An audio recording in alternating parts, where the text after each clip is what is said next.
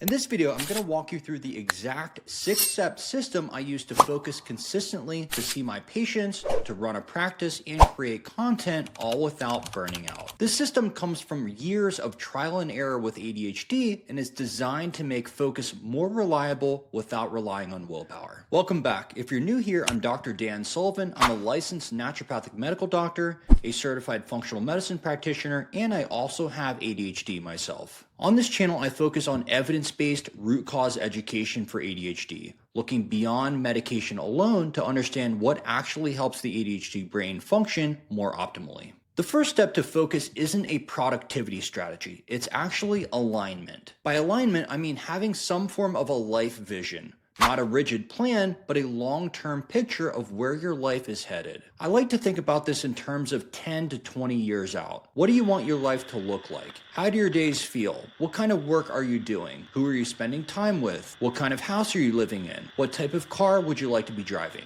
A mentor of mine once liked to use the phrase, "start with the end in mind." And that really stuck with me, because when your brain doesn't know where it's going long term, it stays anxious. It keeps scanning. It keeps questioning every decision. But when you give your brain a general direction, it can finally start to relax. From there, I zoom in. First to 3-year goals, the bigger identity level goals that matter but aren't urgent yet. Then I bring it closer with quarterly goals. I strongly prefer quarterly goals over annual goals, especially for ADHD brains. A year is often way too abstract and too far away to stay emotionally engaged. Quarterly goals feel real. They keep novelty high and motivation intact. That's why I like the framework from the book called the 12-week year. It treats progress like a series of sprints instead of one long marathon. I also recommend creating goals across the major areas of life: health, relationships, friends and family, career or mission, finances, hobbies, and spirituality. When one of these areas is neglected, part of your brain knows it, and that background tension makes focus harder. Once that structure exists, now we build from the bottom up. Design your week first, actually blocking time in your calendar based on your quarterly goals. Then design your day by asking what needs to happen today to support the week you planned. There's a classic analogy that I think explains this really well. Imagine you have an empty jar and you need to fit 3 things into it: big rocks,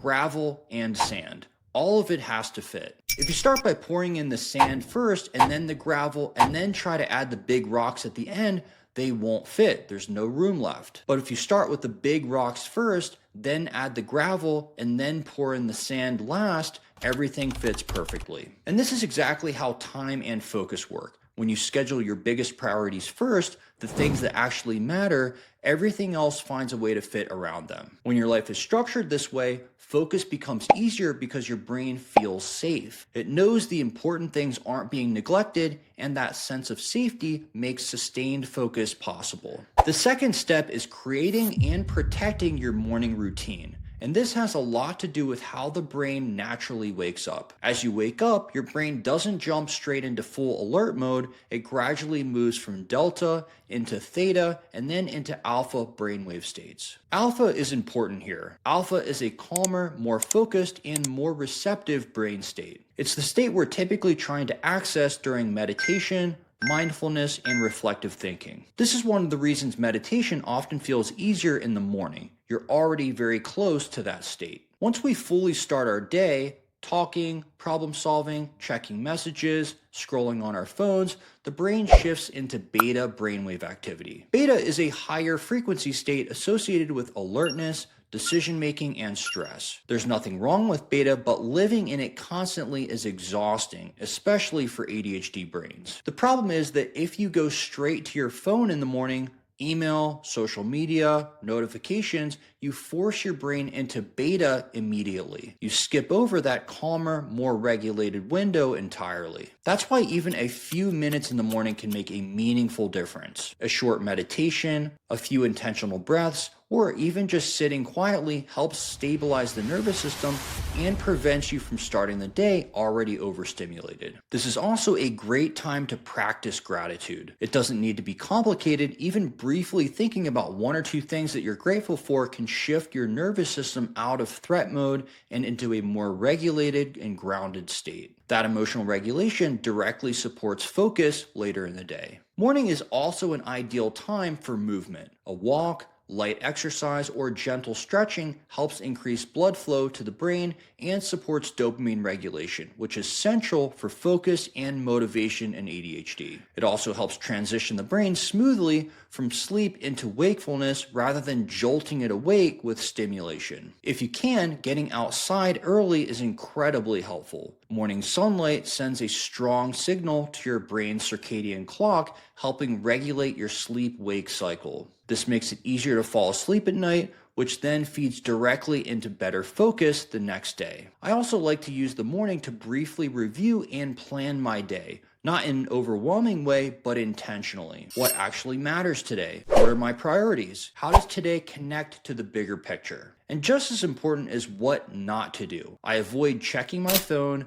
email, or social media first thing in the morning. Once you let the outside world hijack your attention, it's much harder to regain control. Morning is about staying proactive, not reactive. Step 3 is working with your golden window, the time of day when your brain naturally focuses best. Every brain has a natural rhythm. Some people focus best early in the morning, others peak midday, some do their clearest thinking later in the evening. There's no universally right time, but there is a right time for you, and ignoring it makes focus much harder than it needs to be. A lot of people with ADHD try to force themselves to focus during times when their brain is simply not at its best. That often leads to frustration, procrastination, and the feeling that focus is unreliable when in reality the timing is just off. For me, my best focus is in the morning. That's when my brain feels clearest and most stable, so I protect that time aggressively. That's when I schedule things that require the most cognitive effort, like prepping for patient visits, writing, deep thinking, and complex problem solving. I try not to waste that window on low-value tasks if I can avoid it. During that time, I work in focused blocks, often using a timer, and I treat those blocks as non-negotiable. Techniques like the Pomodoro method can be helpful here, not because they're magic, but because they lower the barrier to starting. You're not committing to hours of work, you're committing to one focused block. That shift alone makes focus feel more accessible and less overwhelming. The goal here isn't to work longer or harder, it's to work deeper during the times when your brain is naturally capable of sustained focus. Step 4 is to reduce stimulation. This step is one of the most important and also one of the most misunderstood. Modern life keeps our brains in a constant state of stimulation. Social media, notifications, videos, and games all trigger rapid dopamine release. Dopamine is essential for motivation and focus, but when it's being released over and over in quick bursts, the brain starts to expect that level of stimulation as the norm. When that happens, tasks that require effort, patience, or delayed reward start to feel much harder than they should. Studying, writing, or doing deep work doesn't feel rewarding enough by comparison. That's why trying to focus after scrolling often feels almost impossible. Your brain is still calibrated for novelty and speed. So the goal here isn't to eliminate stimulation entirely, it's to be intentional about when it happens. What I found most helpful is front-loading focus. I try to do my most demanding, cognitively heavy work earlier in the day before engaging in high dopamine activities. Once that deep work is done, stimulation doesn't interfere nearly as much. This is also where boredom becomes important. Allowing periods of low stimulation gives the brain space to recalibrate. It helps to rebuild your capacity for sustained attention. For ADHD brains, this can feel uncomfortable at first, but that discomfort is often a sign that the brain is relearning how to focus without constant novelty. And this leads into your environment. Even if your intention is to focus, the cues around you can either support that goal or quietly undermine it. Phone placement in particular matters more than most people realize. Even when you're not actively using your phone, simply having it nearby triggers anticipatory dopamine. Part of your brain stays aware that it's there and could be checked at any moment. That background awareness fragments attention even if you don't consciously notice it. That's why the most effective strategy is physical separation. Put your phone in another room during focus blocks, and using do not disturb or airplane mode makes a significant difference. Your phone isn't neutral, it's a powerful stimulant, and it needs to be treated like one when you're trying to focus. And step 5 is to stop multitasking. Multitasking often feels productive, especially for ADHD brains, but in reality, it fragments attention. One of the core features of ADHD is rapid attention shifting. The brain moves quickly from one thought, task, or stimulus to another. That can be a strength in creative or dynamic environments, but it becomes a problem when you're trying to do focused, sustained work. When you multitask, you're constantly asking your brain to switch between tasks, context, or streams of information. Each switch carries a cognitive cost. Over time, that constant switching leads to mental fatigue, shallow work, and a feeling of being busy without actually making meaningful progress. Instead, the goal is to work in a more contained way. One task, one focus block, and one clear outcome at a time. That sense of completion is incredibly regulating for the ADHD brain. It reduces mental noise and makes it easier to stay engaged. The key thing to understand is that focus is trainable. You don't start with an hour of deep work, you might start with 10 minutes or 15. And that's not a failure, it's how training works. As your brain experiences repeated, successful focus sessions, it adapts. Just like a muscle, attention strengthens with consistent, intentional practice. This is something I see clinically all the time. Focus improves when it's trained. And the final step is to build a bedtime routine. And this is where many people miss the connection to focus. Tomorrow's ability to focus actually starts the night before. If sleep quality or timing is off, focus will suffer the next day, no matter how many strategies you use. In an ideal world, I recommend avoiding screens for at least an hour before bed. That reduction in stimulation gives your nervous system a chance to downshift and prepare for sleep. But I also know that's not always realistic, especially if you work late, study in the evenings, or tend to hyperfocus at night. In those situations, this is where blue blocking glasses can be very helpful. Blue light, which is heavily emitted from phones, computers, and tablets,